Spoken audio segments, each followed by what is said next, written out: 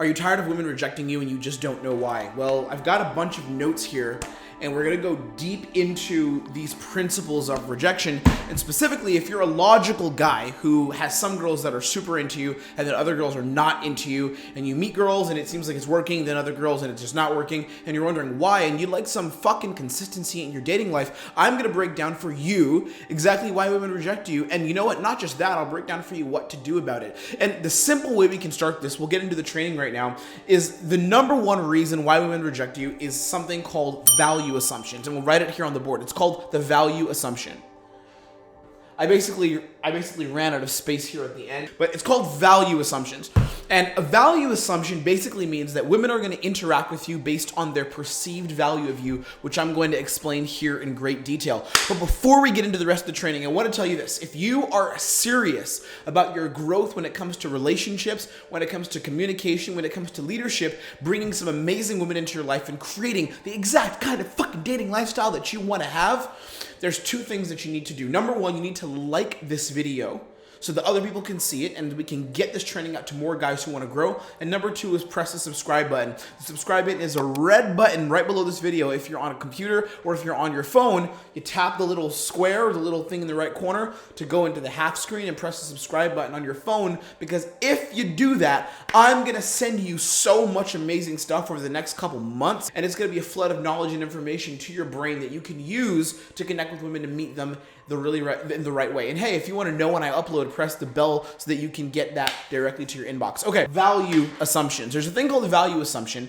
which basically means this. Women are going to interact with you based on their perceived value of who you are when you meet them. And this is one of the most powerful concepts. It actually blew my mind when I figured it out, because for a long time I dated women and I taught this method, and a lot of guys got results, but I taught this idea and I lived this way of meeting women from the place of taking as much action as I could. When going out and approaching a lot, where rejections didn't really matter to me. It was like, I'll go out, I'll get rejected, I'll get girls that like me, I'll have both, and you know what? I'll feel fucking good about it. But the problem with this was, as I got more mature, as I grew up and I got older, and I worked with clients that were also earning more, clients that were more mature, I began to realize that going out and just getting rejected didn't really work with the lifestyle that I wanted to create for myself. So I had to figure out a model and a method to just get rejected way less, because I wasn't a fan of going up to a girl and it not working, you know? And to be honest, I got to a point in my game, my dating life, where I was rarely getting rejected at all, but I wanted to figure out a way to transfer this to all of my clients. This happened around 2017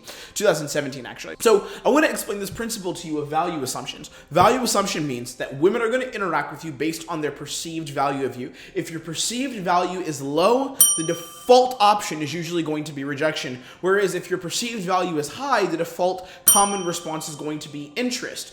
And the thing to understand here, the most important principle is this.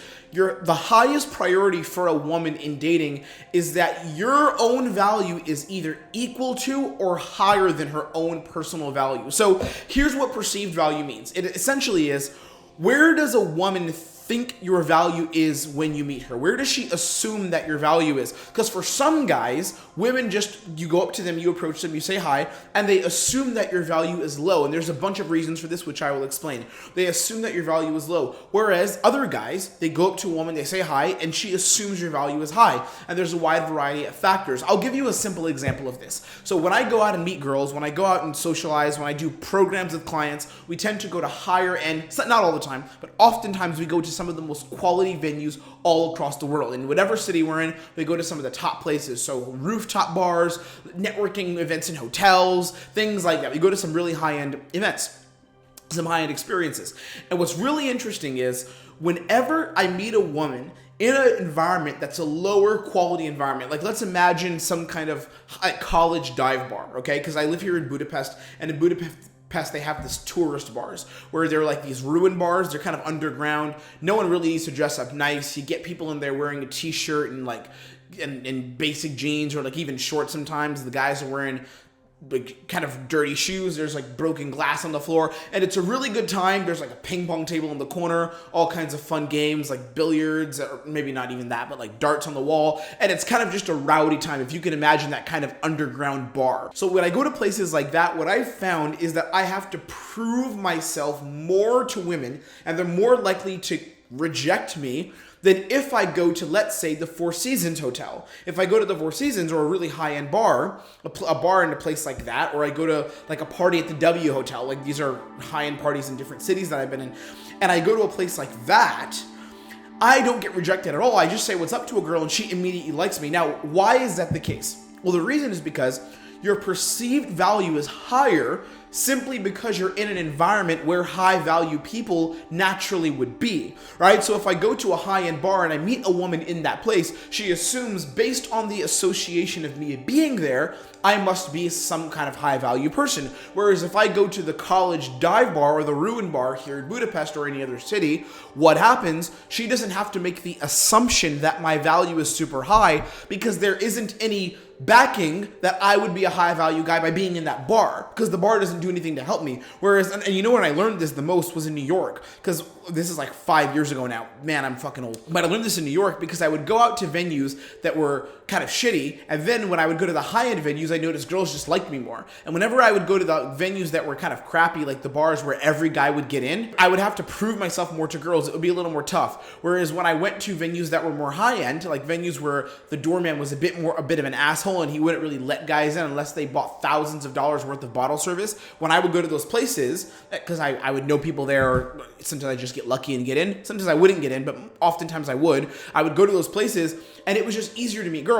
Why? Because I didn't have to prove that I was a somebody necessarily. Now, there was still more. Like, it doesn't mean that I would automatically get laid at all, but the rejection thing, the girl being like, oh no, sorry, I'm not interested, that really wouldn't happen simply because I was there. Now, I'll say something else. If you look like you don't belong there, that's another thing in these venues. If you look like you don't actually belong there, girls are still not going to invest in you. They're not going to they're going to reject you, right? So if you go to the most high-end bar in your city, but you look like a fucking bum, unless you have a table with like 6 girls around you, some bottles, and like 2 or 3 cool dudes at the table, you're not going to be cool, and the girls will still reject you. But if you look like you belong in the venue, you dress like you belong there, perceived value becomes higher. So if your perceived value is high, the common response from women is going to be interest. Whereas if your perceived value is low, if she thinks he's a low value person relative to me, what's going to happen, the way she responds to you, again, it's going to be low value. She's going to treat you like you're low value, which equals what? Rejection. Sorry, I'm not interested. Okay, have a good night.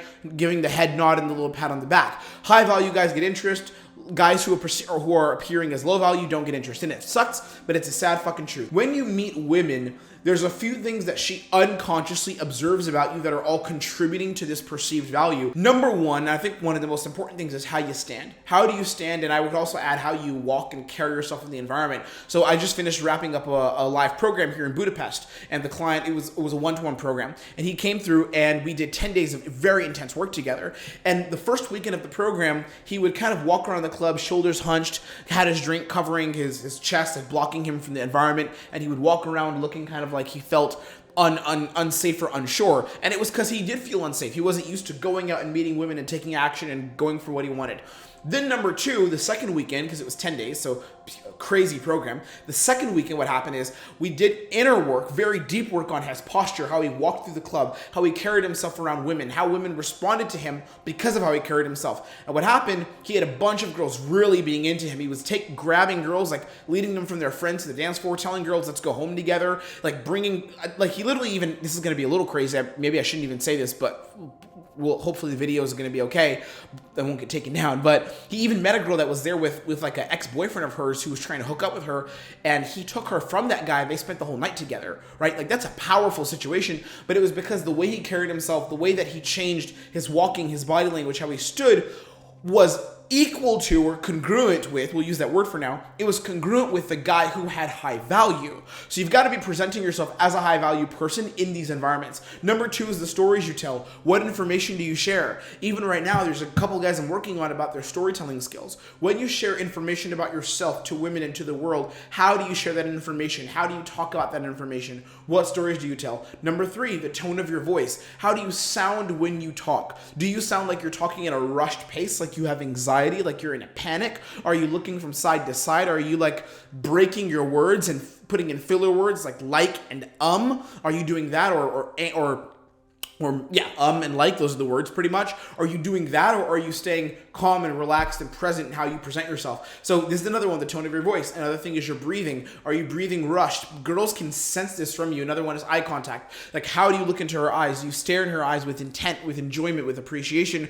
or do your eyes move back and forth? Do you look like you're a fucking scared little puppy? Now, women perceive these kind of things. They make assessments of how you interact with the world, and they say, I'm going to assume that this man is high value or low value based on what I'm getting from him. And if you're not checking off these boxes, if the girl doesn't perceive, oh, this is a guy that is high value, she's not going to interact with you from a yes. She's going to interact with you from a no, because I think you're lower value than me. Women want to date men that are higher value than them in the dating marketplace. So what you do is, it's something called value markers. These are all value markers. Value markers are indicators that you're high value. Rejection happens when the value markers are not lined up. So if you want to attract women, I'm going to write this word on the board as well. You have to remember this thing. It's called value markers. You have to have your value markers all lined up, and we'll put it on the board so you remember it.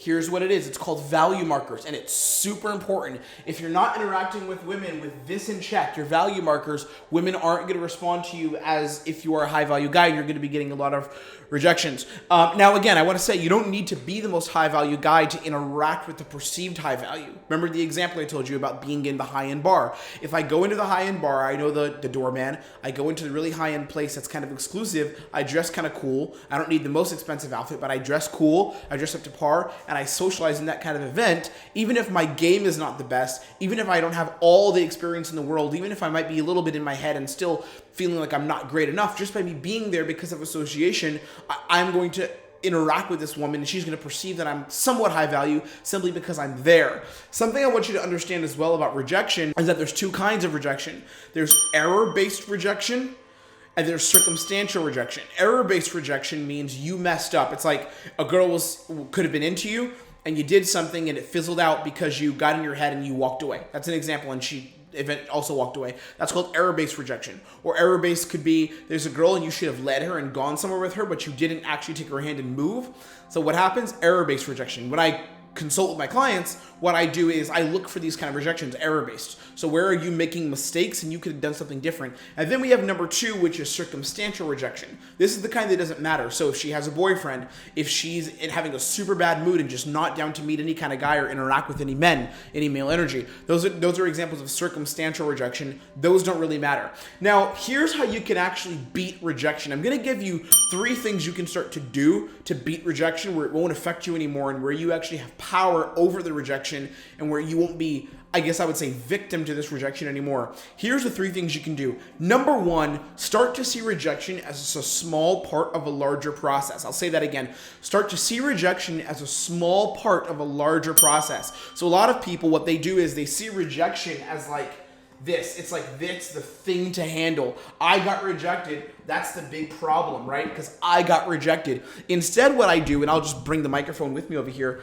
Instead, what I do is I see rejection as a small part. So if you imagine a little circle, a small part of a much bigger process. This is what it is instead. So it's like rejection is a little part in this big journey, and there's other parts of the journey, right? Another big part of the journey is getting results. That's a little thing there. Another big part of the journey is creating relationships and having intimacy, which is kind of results, but that's a bit farther than just like getting a number of things like that. Another part of the journey is knowing yourself, right? So a part of the journey for me is just rejection. It's just one part of the journey. It's not the whole thing. Whereas a lot of guys see it as like a pie, and it's kind of like you got this whole thing here. Can you see this? Yeah. You've got this whole thing here, and it's like rejection takes up almost all of it. It's like all of this here is rejection. Whereas to me, rejection is just this. It's like one little part of an entire journey. So when you see rejection as a part of a larger process and it isn't everything and it's just a small part of what's going on,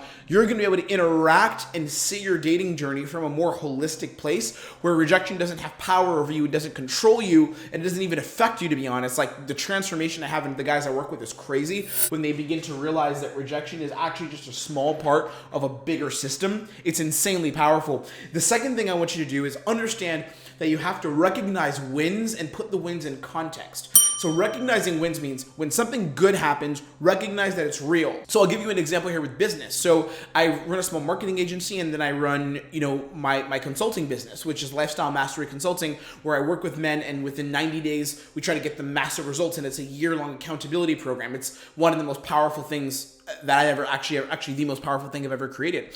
And what happens is when I first started off my business, this is 5 years ago now, I've been consulting for 5 years. And when I first started off my business and I worked with my business coach, this is 3 years ago, working with my coach, it was crazy how I had so many downs.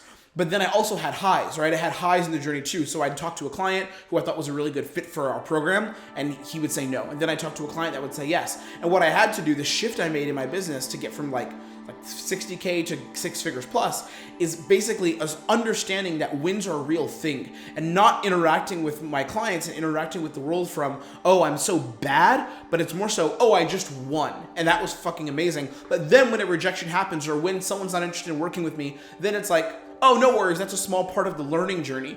But hey, look at how I won yesterday, or look at how I'm gonna win next week. How awesome is that? So I recognize wins, and I put the wins into context in my whole journey. So I'm not just trapped in a space of, oh, this is difficult, but I recognize wins. Even now, when clients come into our program and they're going through the highs and lows, this is part of what I offer in our programs called Lifestyle Mastery Consulting. What I offer in LMC is massive accountability, and this is what gets guys so many transformations. When they interact with women, basically they have highs and lows. So they go through a low, like they could have gotten laid the previous weekend with a really beautiful girl, they're talking to her now, and then they'll go out again the next weekend. This actually happened with someone recently, and what happens? The girl kind of rejects him, or the situation doesn't pan out. He goes through a night where he has 6 or 7 rejections, or he goes out during the day to maybe approach a girl, he takes a break from work, he finishes work a little bit early, maybe a big work project, he goes out, sits in a Starbucks to work on a side business, and approaches a girl, and she's not interested. And then he'll say, like, how can I do better in this? Now, we do give the feedback. It's like, here's how you do better. Here's actually how you grow.